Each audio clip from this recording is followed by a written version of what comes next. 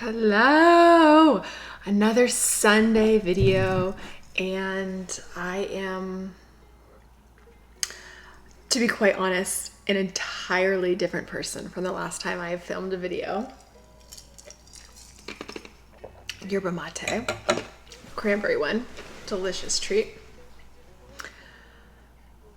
Sometimes I feel a little bit overwhelmed at the thought of sitting down because I can feel the energy coming of what I meant to put forward. And at the very end of a video, I know that I have nailed it and lived my divine purpose when I feel this feeling of elation and like I translated that feeling so well into words. And that is exactly what I was meant to say. And I know that it landed, and I know it's getting where it needs to go. But sometimes it's like a daunting task when you feel it, and I don't know how to break it down, but I do, because I create my reality. And if I'm going to have that negative mindset that I don't know how to do it, I'm not going to know how to do it. But if I can relax and ease into that and let that go and know that I'm being guided, and I would not be here if I wasn't meant to be exactly here, and that everything is a lesson. So in every moment, we have the chance to use this reality reflection and the little monkey mind and the chatter and everything that goes through to breathe back into our stillness and to find our center so that we know how to accurately translate what's coming. And from this center, this 12 o'clock, this neutral, this aligned place, we can see whether what's in front of us is a hell yeah, and it's so exciting and it's what we're moving towards, or there's literally like a butterfly fluttering outside my window. I just said that the other day.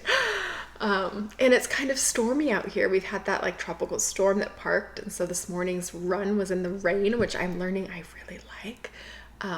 So the butterfly kind of surprised me, but we're either in that neutral place and we're feeling around for that hell yeah, or we can feel that it's a hell no. And we can even, I like to take it a step further. And when we're looking and we've attracted something that's not a hell no, that is a hell no, it's not a hell yes.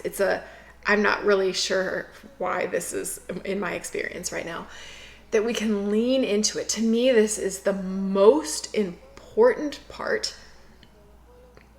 of this gift, this game of life, is that we have the ability to connect to source, yes, to have that God whisper, to feel the divine coming through us and be used in these avatar bodies in this lifetime for the good, for our highest good, for our purpose, for the specific purpose out of millions of people that you are here for.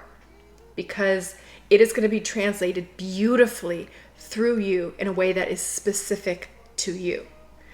So in addition to being used in that highest good way, we have the ability to know that we came in with like 14 generations ancestrally back of codes and programs and things within our body that are not ours. They can trace it back in concentration camp survivors generations later. This is, if you've worked in energy work or done anything with emotions, like you've felt things that you have a really strong visceral response to, but you really don't care about that topic. And then you can find out that it was like something big that happened in the past. There's no doubt. There's no doubt. I don't need to explain it. If it doesn't make sense to you, that's fine. Just move past it and take what you need to take from it. But we have these avatars, and in our subconscious mind is all of this programming. And then if you add in the movies you consumed and the TV shows and the songs and the life experiences and just all of those things where you're, even in the first 7 years when you're highly programmable in those brainwave states, all of these things that your subconscious mind has committed as truths, you can be in that neutral state, be in that hell yeah, and you could see what your path is. This is my highest good. And for me, I find I can step into my power more when I'm auditing my reality completely. There are some camps of thinking that say just go to the good, just go to the good, just go to the good, and they're trying to like reroute and override. And if you can do that, yeah, that works 100%.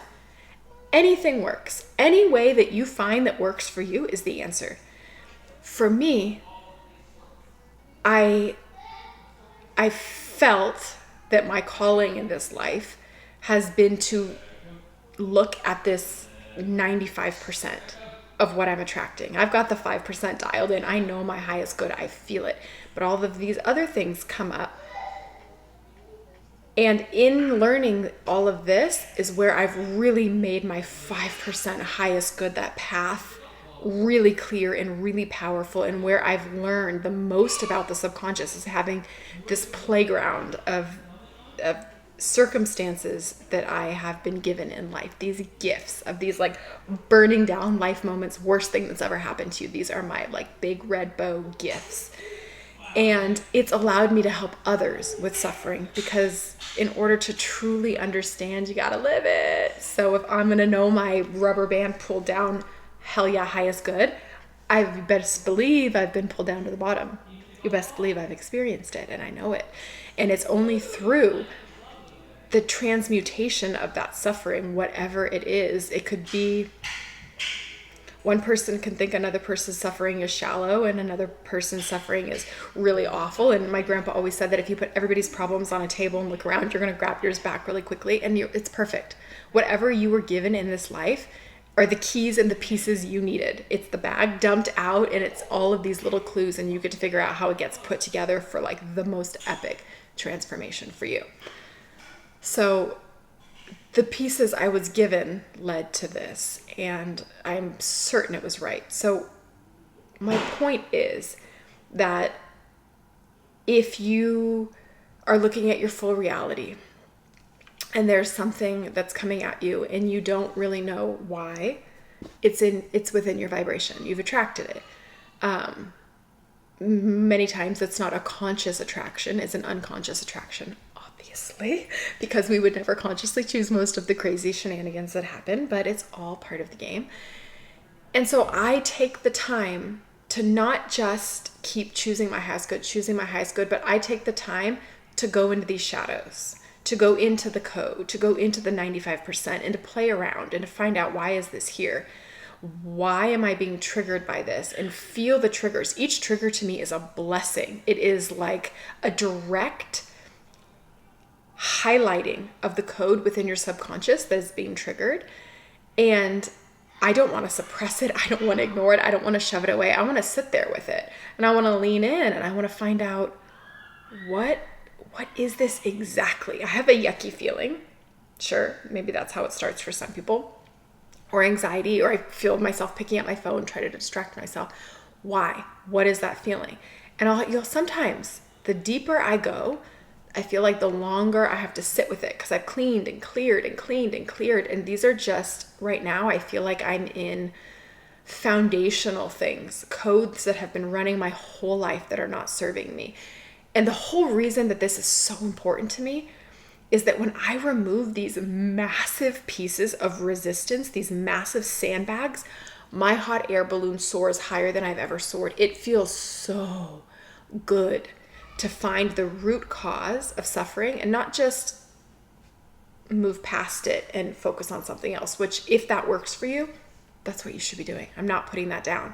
But if that isn't the end all be all for you, and you can feel that you're going to clean up a little bit and pay attention to what you're attracting and audit that vibration, boy, are you rewarded for this effort. So in the letting it go of the things, which you can only find the things when you're triggered, which when you see it in your reality is when you soar. So I say all of this to say, since the last video, when life was so good, I received the gift of endless, feeling like debilitating triggers. Like my smile was somber and the tears were flowing. And I don't think I've cried that much since my dad passed when I was young. and I was in a state of, really big suffering. And years later, at an entirely different state, entirely different viewpoint of life, I can see the juxtaposed my stepdad passing, my beloved adopted dad, both dads, blessed with dads, amazing men in my life. When he passed, I was so, of course, the human part, sad to not have him here, of course, because he is incredible, but also so peacefully happy for him to no longer be suffering, so happy knowing what really lies on the other side of that transition and that beauty, and feeling into what came in my connection with him, going from the physical to the non-physical. It really changed my entire life in so many ways that I would say almost I wasn't prepared to experience, but obviously I did experience them, so I was prepared, and have continued to receive signs and confirmations and incredible movements in my life that he and I had talked about. Just incredible, like body covered in goosebumps, like crazy things happening in my life that are completely unexplainable by physics. Let's just say it that way. So I received the magic of it, and those two versions of it are totally different. And to me, if you don't deal with the 95%, that makes it hard to not live the way I did when my dad passed. And getting into these deep programs and shadows and clearing it just helps life elevate for me to be able to see it from this clear perspective. I hope that makes sense. But back to what I was saying is, this last time period, however long it's been, maybe a week or two, has been insanely triggering on like a interpersonal relationship level with my husband. Everything was amazing. He went on a retreat, and in his absence and just everything that happened, it triggered all of these like childhood traumas that I didn't even realize were there. And I was brought back to the same yucky feelings that I had as a kid that I remember trying to stuff down.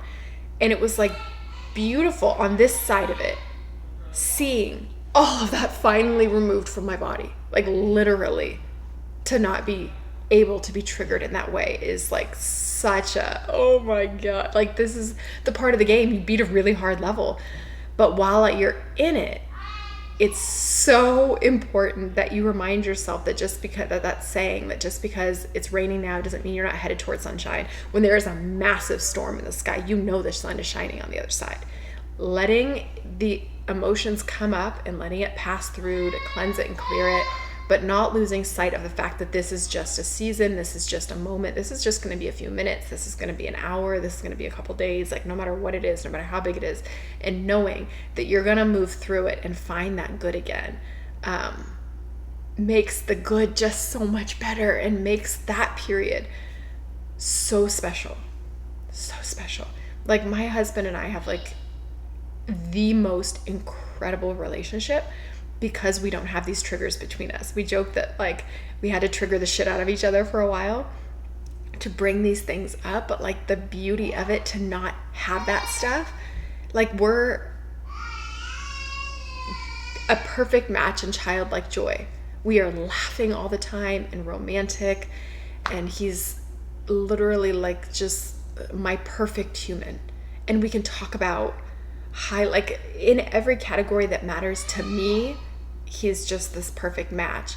And we elevate each other to be so much better by being that clean mirror for the other person. And it's not just in romantic relationships, it's in any relationship with any person. It's with relationships with strangers. If you spot it, as Edward Grant said, if you spot it, you got it. You can use everything to transmute the suffering and the triggers, because everything in reality is a reflection. So finding that finding that neutral and finding that path, that is the key in life. But equally as important, in my opinion, in my experience, is auditing the entire reflection, looking at the full picture, looking at those things that you maybe don't want to look at, and leaning into it and feeling it and allowing them space and seeing, because it's not a guilt thing. You are innocent. Would you willingly choose any of these difficult situations or suffering? Of course you wouldn't. They're programs running, and they're meant to teach you a lesson. There's something meant for you there. There is gold in every single one of those. It transmutes and builds this fire, like it alchemizes into the greatest spiritual experience of your life.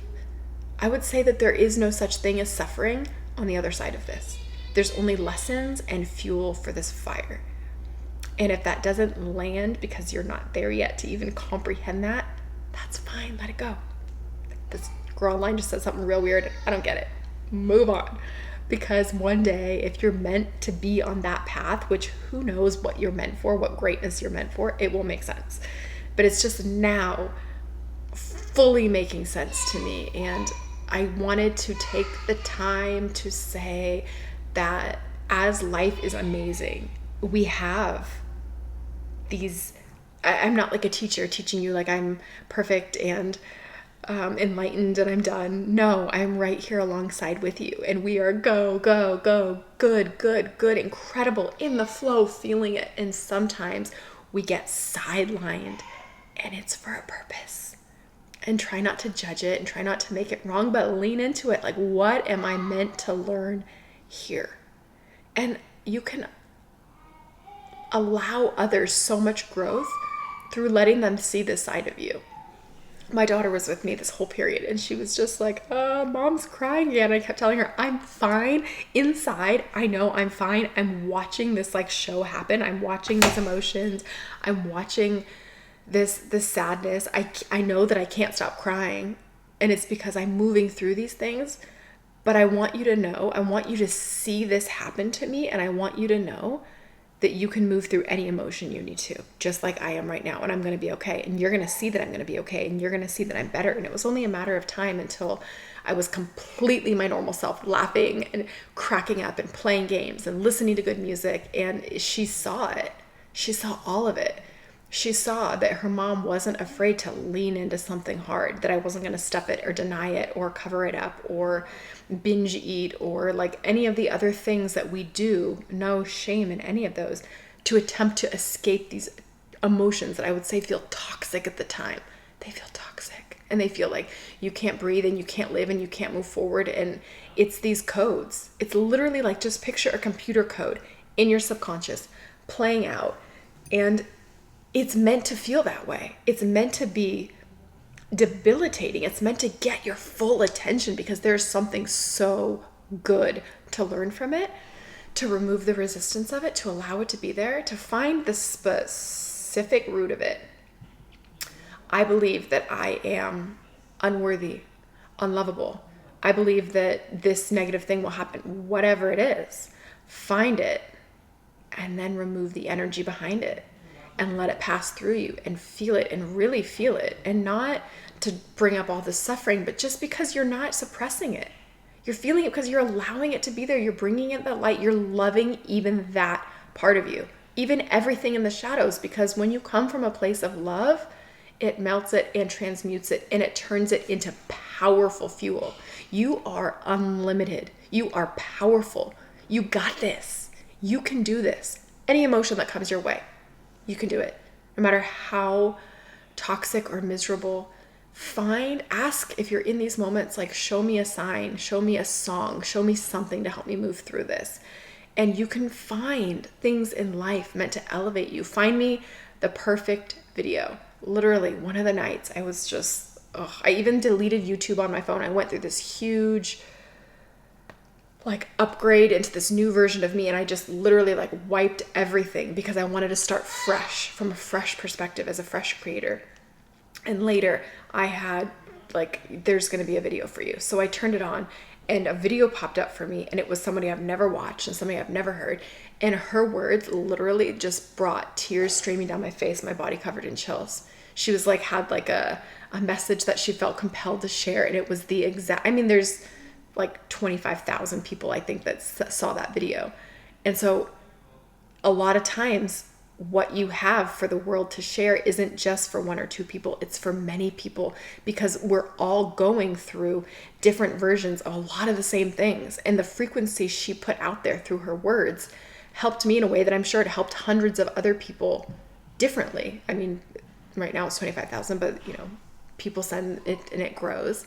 I'm sure that all that same frequency will land on all different people differently, the way that they need to hear it.